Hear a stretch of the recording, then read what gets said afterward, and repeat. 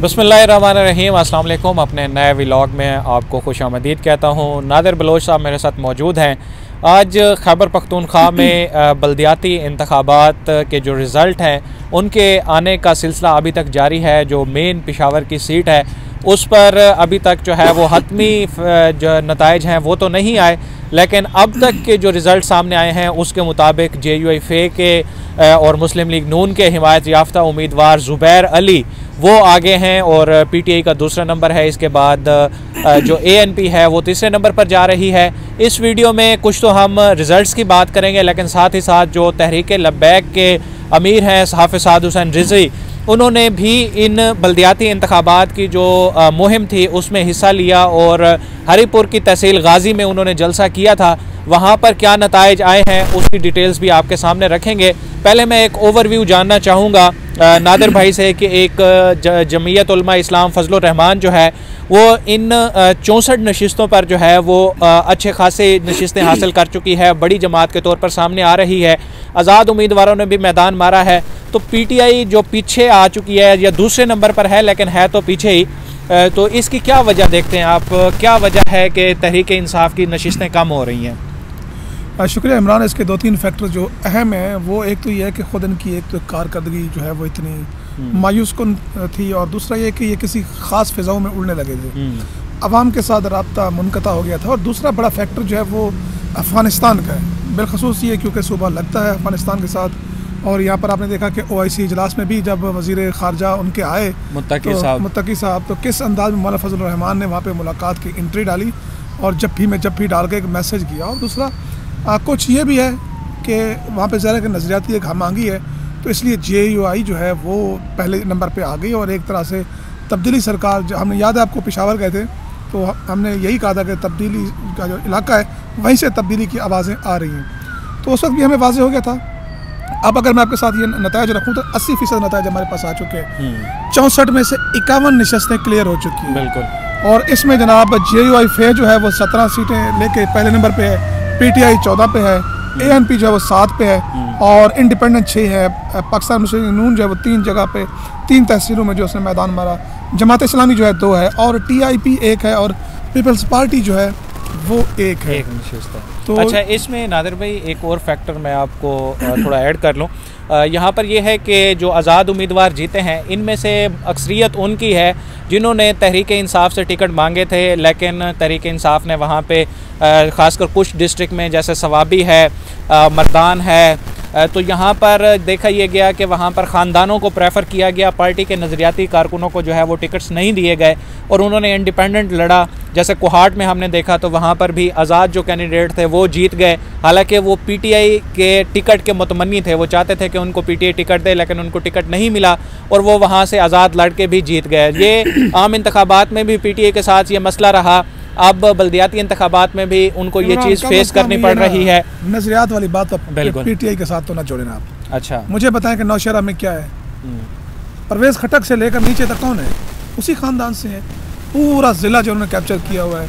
तो देखें ना, वो तो दोनों नशिस्तों पे देखें, दोनों साइडों पे पीपल्स पार्टी में अब परवेज़ खटक पीपल्स पार्टी के जो देखें पीपल्स पार्टी के कैंडिडेट वहाँ पे कौन है? वो इसका भाई है, भतीजे हैं, ठीक है। दोनों ये जमात जो है एक नजरिए पे आई थी कि हम मारूसियत को दफन करेंगे, हम जो है पिछड़े हुए तबकात को ऊपर लेके आएंगे, हम रिवायती सियासतदानों से हट के।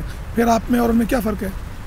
लेकिन देखें, इलेक्टेबल्स की सियासत पाकिस्तान, या फिर ये कहें कि PTI ने भी वही सियासत अडॉप्ट कर ली है जो पहले चल रही थी। लेकिन अब चूंकि 8 साल हो गए हैं PTI की गवर्नमेंट को, तो तहरीक वहाँ पे जो खैबर पख्तूनख्वा के लोगों का थोड़ा मिजाज भी इस तरह का है कि वो बदल के पार्टियां जो है उनको देखते रहते हैं। शायद इस 2 टेन्योर के बाद अब वो तब्दीली चाह रहे हैं। इनका उतना तो बात है कि उन्होंने दूसरी टर्म किसी को दी ही नहीं। जमात को तीसरी दफा तवक्को नहीं करनी चाहिए। वो तो देखें, अब इसमें एक और फैक्टर भी है कि कुछ ऐसे अजला जहाँ से PTI ने MNAs की नशिस्तें जीती हुई हैं, ज़्यादा नशिस्तें जहाँ से जीती हुई हैं उनमें दूसरे मरहले में इंतखाबात होने हैं। तो ये भी अभी इसको कोई हम हतमी नहीं कह सकते कि जैसे PTI बिल्कुल ही बैक एंड पे चली गई।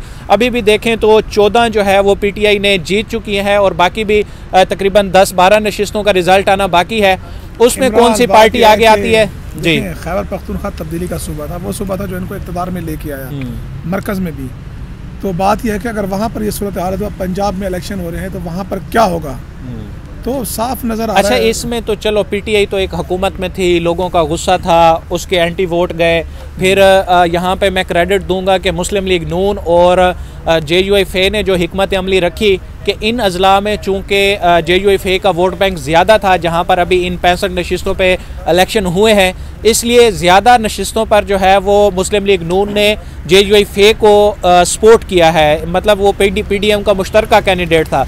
लेकिन PTI हुकूमत की वजह से नाकाम हुई, जो भी, उसको हम साइड पे रख देते हैं। पीपल्स पार्टी के लिए फिर लम्हा फ़िक्रिया है कि वहाँ से अभी उनको एक नशिस्त, इन तकरीबन 51 नशिस्तों का रिज़ल्ट आपके पास है, 52 नशिस्तों का, इसमें सिर्फ एक नशिस्त जो है वो पीपल्स पार्टी ने जीती है। हालांकि पेशावर में जब हमने ज़्यादा लोगों से बात की थी तो मोस्टली लोग ये कह रहे थे कि वो पीपल्स पार्टी को वोट देंगे, लेकिन अभी भी वो इतने वोट नहीं हासिल कर पाए कि जो उनके वोटर्स हैं वो कोई नशिस्त भी हासिल कर सकें।